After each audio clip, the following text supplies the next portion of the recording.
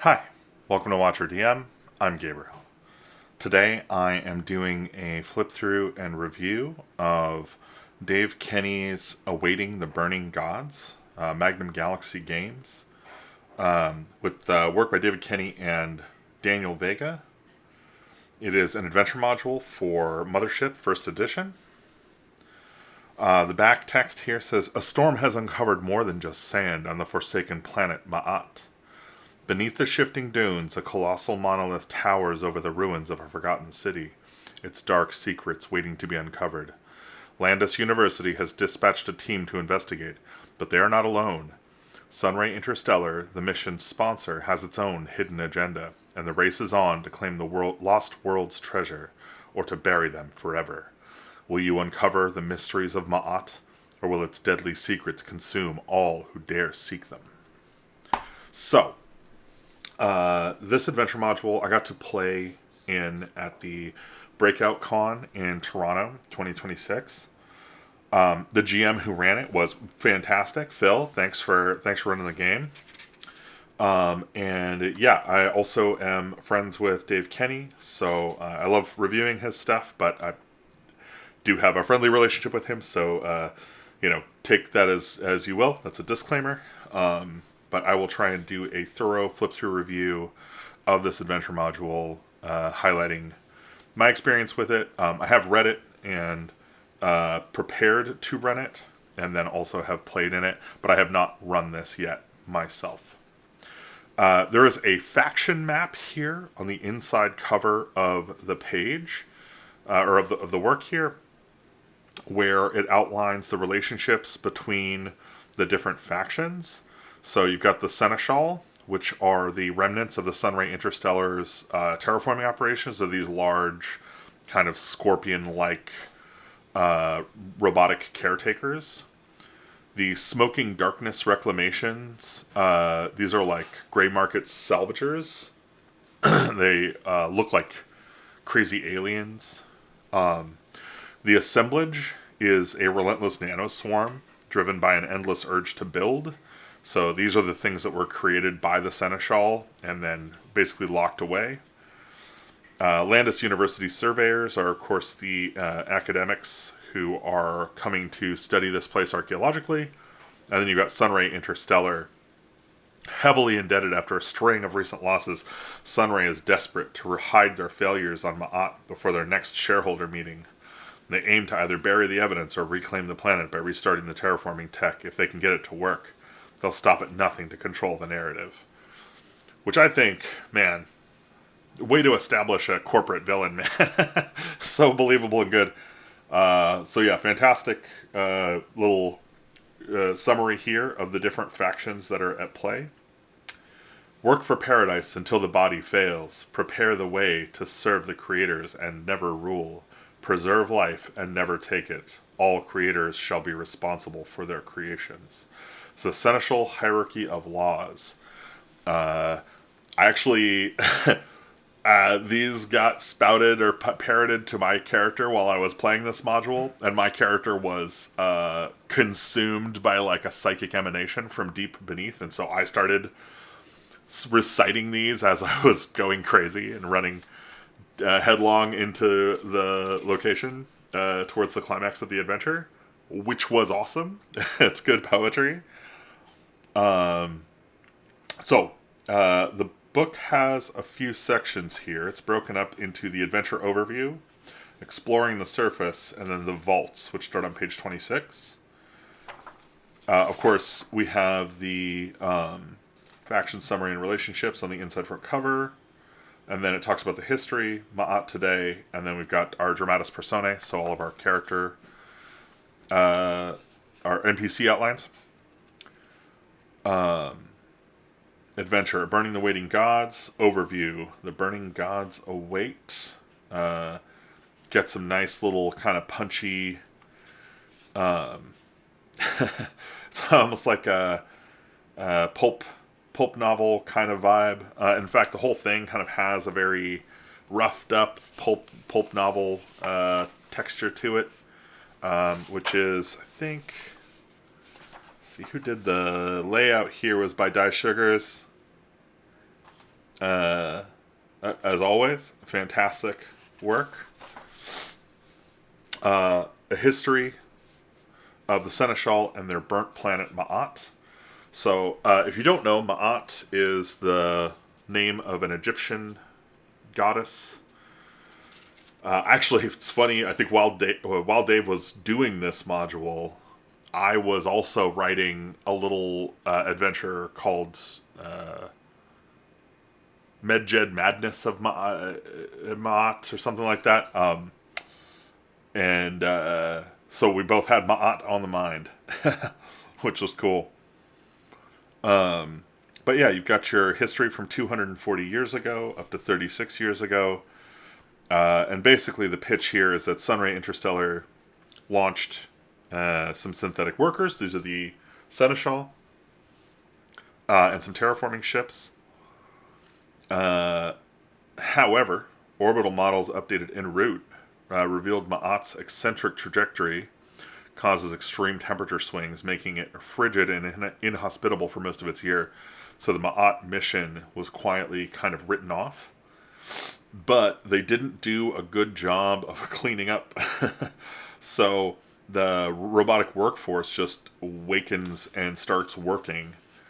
And yeah, they honestly, this part here is probably some of the most cinematic, because it's just like, oh yeah, these robots kind of toil under this impossible labor, and they end up creating a self-replicating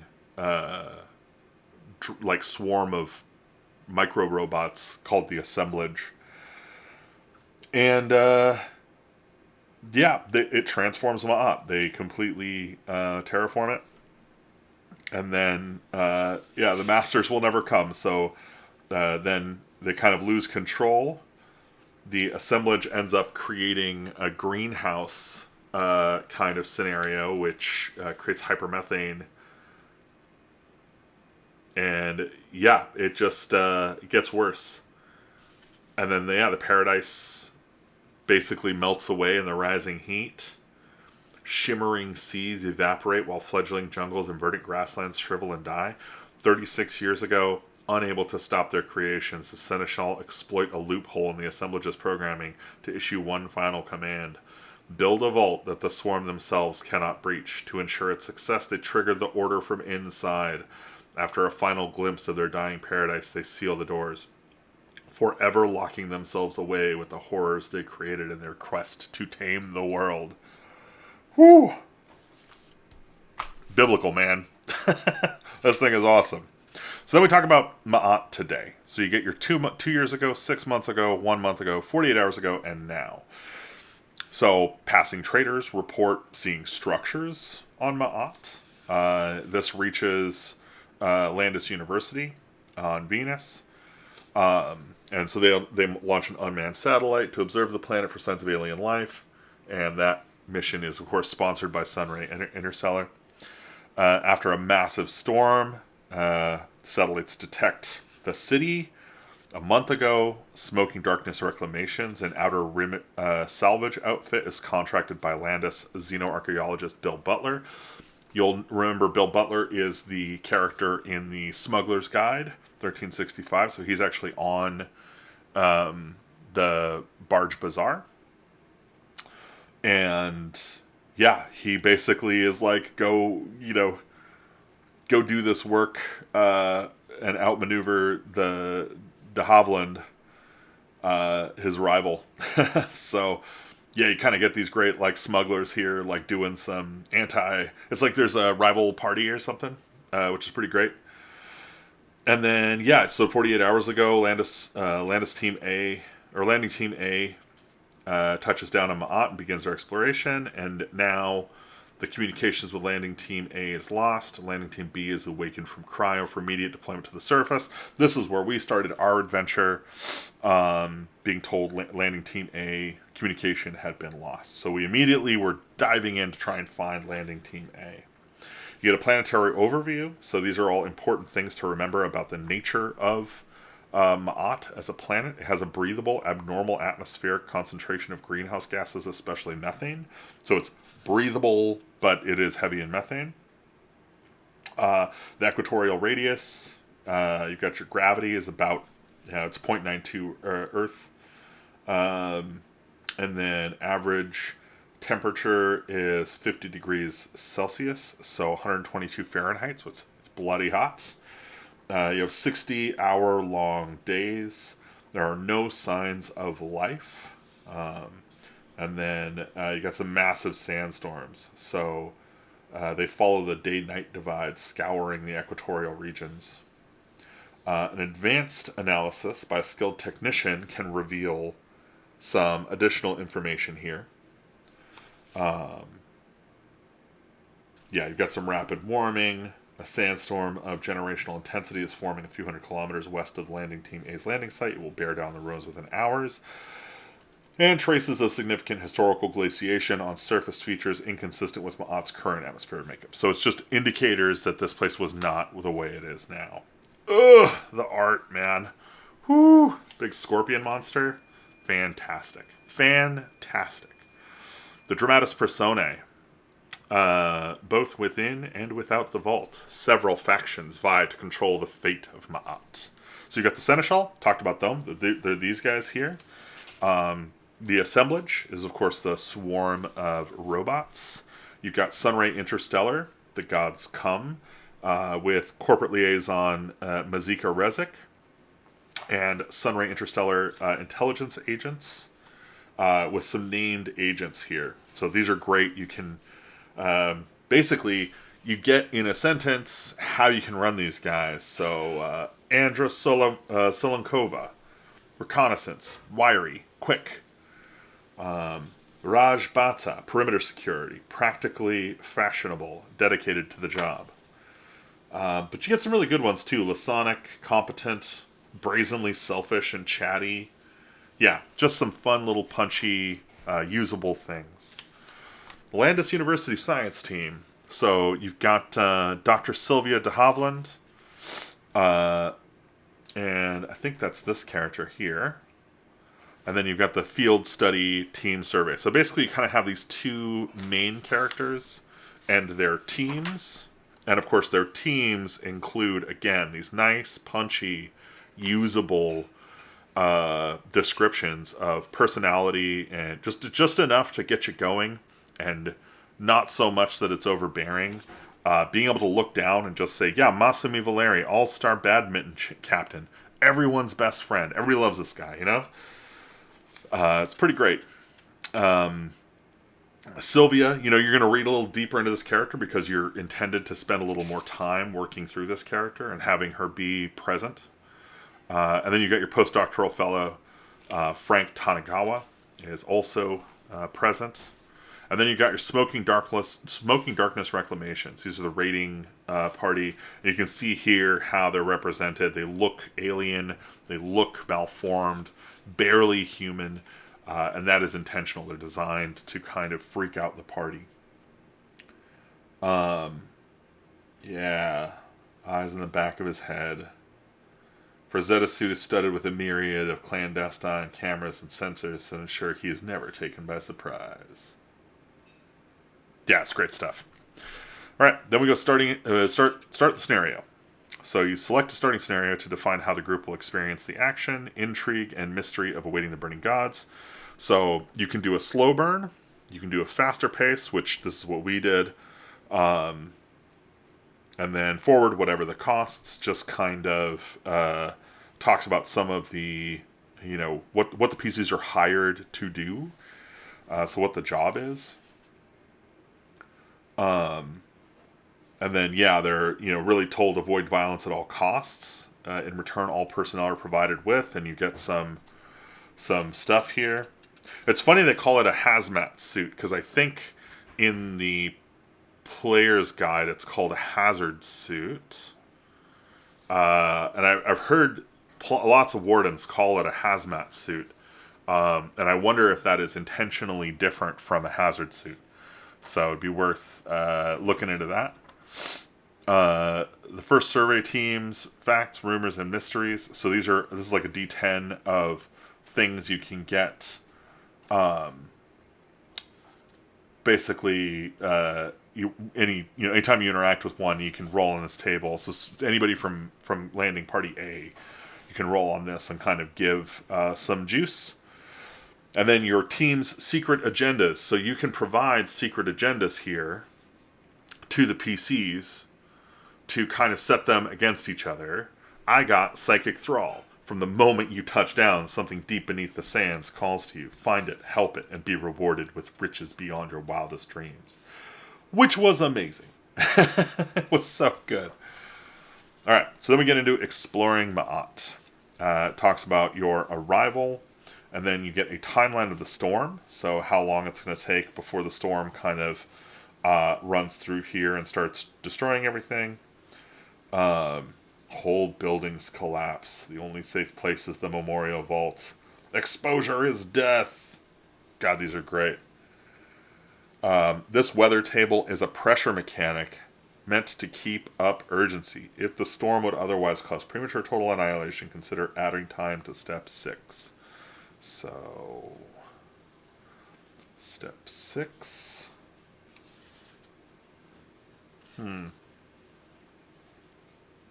Yeah. So this is the map. We were presented with a map of the area at the beginning of the game so that we could kind of go explore some stuff. I think ultimately we landed in front of this cliff edge here. And we rolled over to the sunken ship where we were able to extract and save a couple of people and kind of take them back to our ship. We actually got the ship up and off the ground and flew it over to where our ship was, and kind of got them away before the storm came in. And then we basically beelined it for the vault. So we did interact with the Grand Market briefly and the Fractal Colossus, and then we headed straight into the vault and the vault platform, and then the vault borehole. Actually, I'm not sure that we got to the vault borehole, but we didn't end up in the vault. You've got your encounters here in the Dead City. So you get to roll on a D10 table here, and then there is a sub D10 table here if you hit a reclamation party, which is pretty cool. And, of course, they've got warnings here for temperature, travel time, and beacons. You can get a faint distress signal pinging from the sunken ship, which was the first signal that we followed as well. And then you've got your location breakdowns. So the landing site, your Grand Market, the Shattered Oasis. Yeah, I think there's a temporary comm station here. You can get some contact from it. The Robbers Redoubt we never really went into, although it looks pretty cool. Probably would check it out on a longer playthrough. The Fractal Colossus was super weird and cool looking. It was exciting to kind of interact with that. I don't think it did anything, but yeah, we definitely we poked at the door a little bit. We were like, how do we do this? Yeah, masks can be used to gain. So we never got these. Cyclopean door built into the podium has no hinges on which to open. Inside, the walls are carved with incomplete scenes of the utopian city that's meant to be. 10 pedestals form an undisturbed circle in the dark cavern. Atop each is a stone mask. Each carries a half-rendered trace of a different human emotion. The circuits within the masks show the wearer an AR projection of the promised city. Let's see here. Yeah, interesting. Unclear how you would get through that or open that. I don't know. I guess it's possible, like maybe a laser cutter could get through it. Not sure. The sunken ship, like I said, we got through this, and we found some supplies, which was great. Actually, 25 liters of water was amazing. The Great Dune, I don't think we ever went through that. And then you've got the vault entrance, platform, and beyond. So this kind of sets up the vault access. We actually did... Yeah, Sunray logo. So yeah, I just raised my Sunray logo to the thing, and were able to get in straight away, which was great. There's also some people here on the platform, some Sunray intelligence agents that were basically almost dead. So, and then we got them inside, and then we were in this upper platform here, the upper vaults, and so you get your entrance hall, goes into the Garden of Paradise Lost. There's fabrications over here, the memorial chamber over here, and then you go up the Hall of Dreamers. There's the Great Gate and the Prayer Chamber, and then the Helix Staircase and the Observatory. So right around here, our party started to break up and kind of have, like, my character was definitely driving for like a let's get downstairs. We got to find Dr. de Havilland. We've got to get in there and do this thing.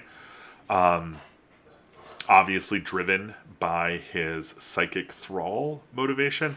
And one of the other characters was extremely hesitant about that and basically was like, no, I want to go check out this sidebar here, and went checking out fabrications and looking into, some some crazy stuff that was going on in there.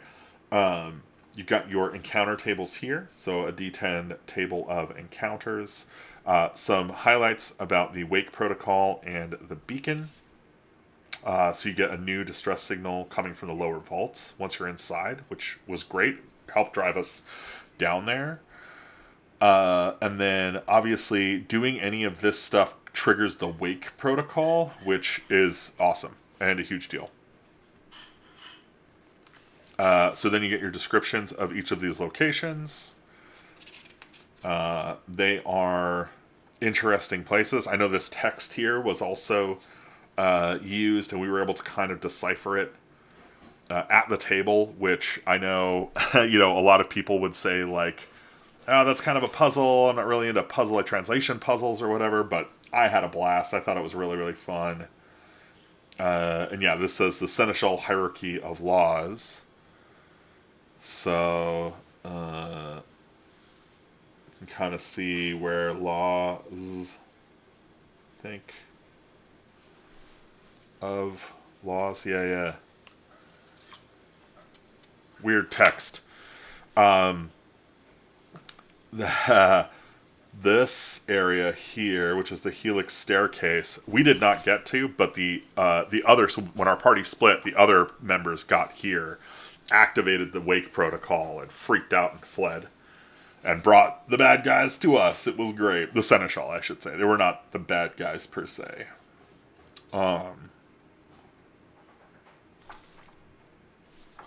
Where we went was the gate, the Great Gate. And so we did, you know what, actually it might have been us that triggered it, because we did end up opening it, and so it's probably the case that we triggered it while he was down there, which is hilarious and amazing. So yeah, the Wake Protocol caused these guys to get up and start basically attacking us, although I wasn't near them, so they never ended up attacking my character, but another PC definitely died. And came back as the person I was with, the NPC I was with. So, which I think they were the person from the garden. Let's see here.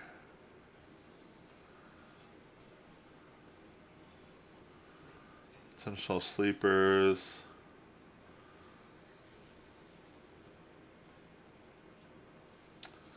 Man, this is so cool.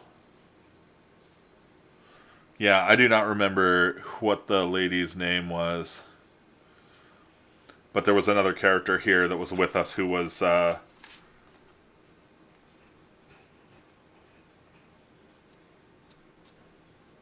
also kind of like psychic thralled with me. And so we ended up down in the lower vaults through that gate. Which, let me see here. Does it actually describe? So the Great Gate goes to the lower vaults. Page 32.